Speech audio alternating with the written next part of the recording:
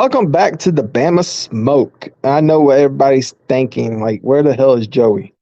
And why does he sound like he's using his cell phone? Well, because I am using my cell phone. And everybody knows that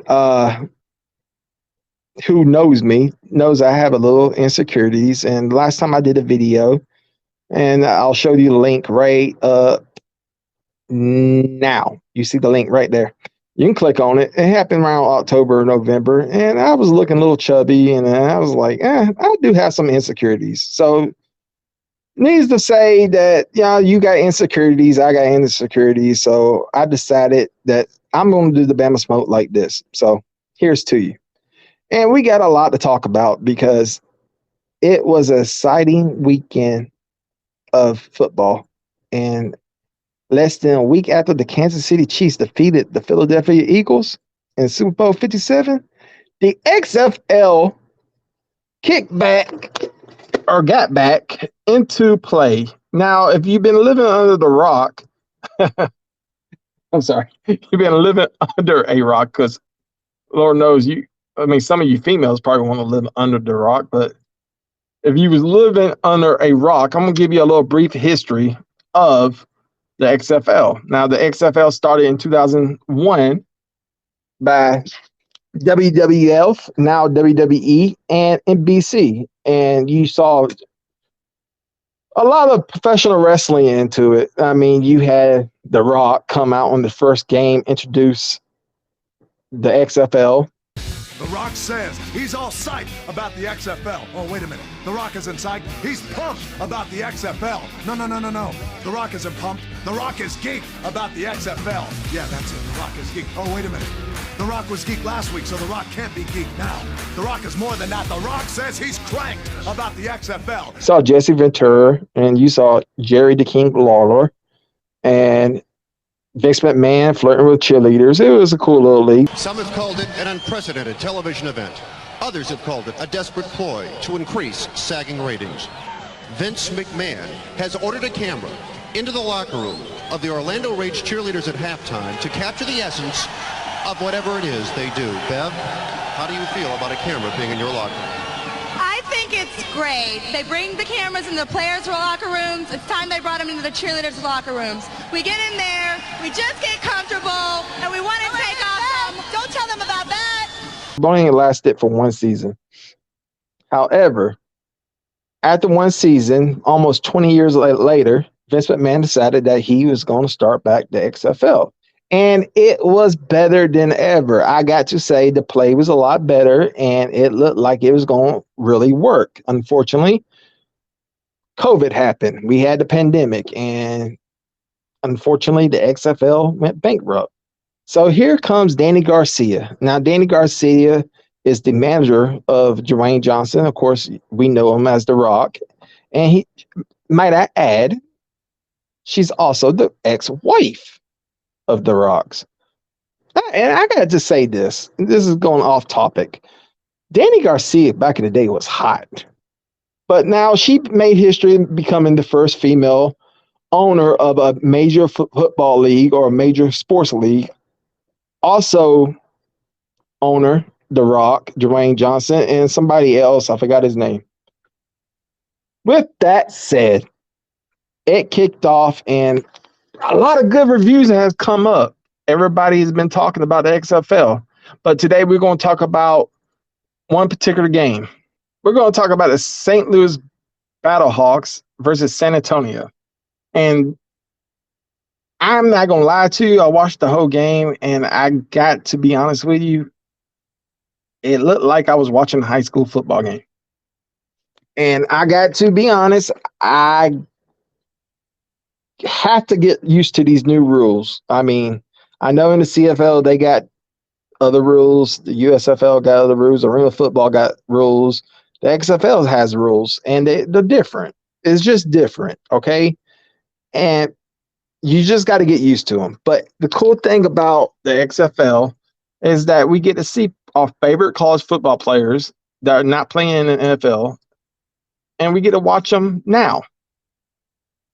Now, for Alabama football fans, you know that we had a few Alabama football players like Ben Davis, AJ McCarron,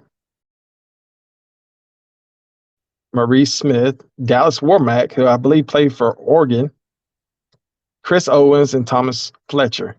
It was good to see these players, but what was so exciting for me is watching AJ McCarron. Now, anybody that knows and watches our channel, we big on quarterbacks. If you click on this link right here, yeah, on your right-hand side, click on that link. We did a highlight film of Jalen Hurts. We love our Alabama quarterbacks. You know, we always remember this fine moment right here. Yeah, slap that ass, Nick Saban. Anyway, it was AJ McCarron had 2 national championships. He had a very successful career, but he's been sitting the bench in the NFL. I think the last team he played for was the Falcons. And being a big Falcons fan, it was nice to see him on the sidelines. But he came to the XFL, and it was exciting in the last 3 minutes. The last 3 minutes of play was exciting. It was probably the best football that I've seen in a long time when it comes to, let's say, how you say excitement, I guess. Does that make sense? No, probably doesn't. Anyway, it was exciting football. I had to get used to why this was happening, but AJ McCarron came up with a comeback, and it really now made me a fan. Now, as a person that does not have who do I cheer for? I'm from Alabama. You don't have an Alabama team no more in the XFL. We don't even have a Georgia team. So who do we cheer for? I don't know. We're going to get to see a lot more good football. I think this week was the first week. Yes, we saw a lot of sloppy plays. We got to get used to the rules. However, it's going to be great. I think the XFL will be a great alternate to the NFL. And then you also have the USFL. If you're a football fan, this is a great time to be alive. You got 1,400 arena football leagues. You got the XFL, and you got the USFL, and then you got this if it's still open, you got this no pad tackle football that you can see on Facebook. So it's a great time to be a football fan, and we're going to have fun watching it. AJ McCarron did something great yesterday. We're excited for him. We're excited for the XFL, you know. So we're really excited to see what's going to happen and how everything's going to play out. I do not think for 1 second it's going to go bankrupt after one season. I think we're going to see the XFL for many years to come.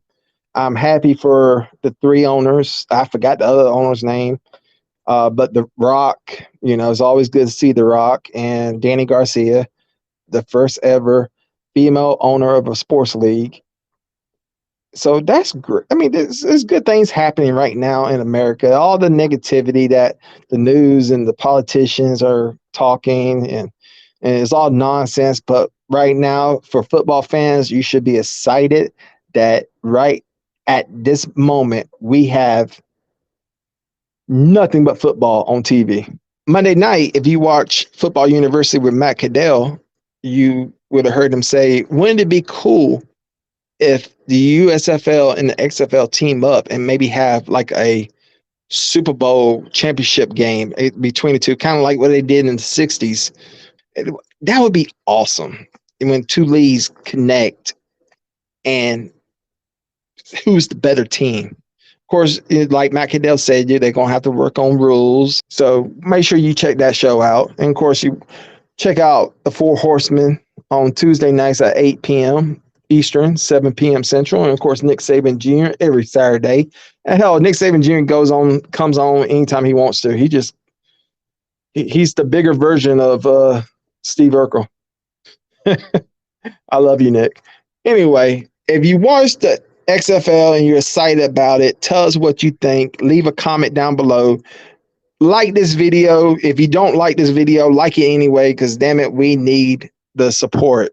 And ladies and gentlemen, remember, win or lose, if you're an Auburn football fan, you suck.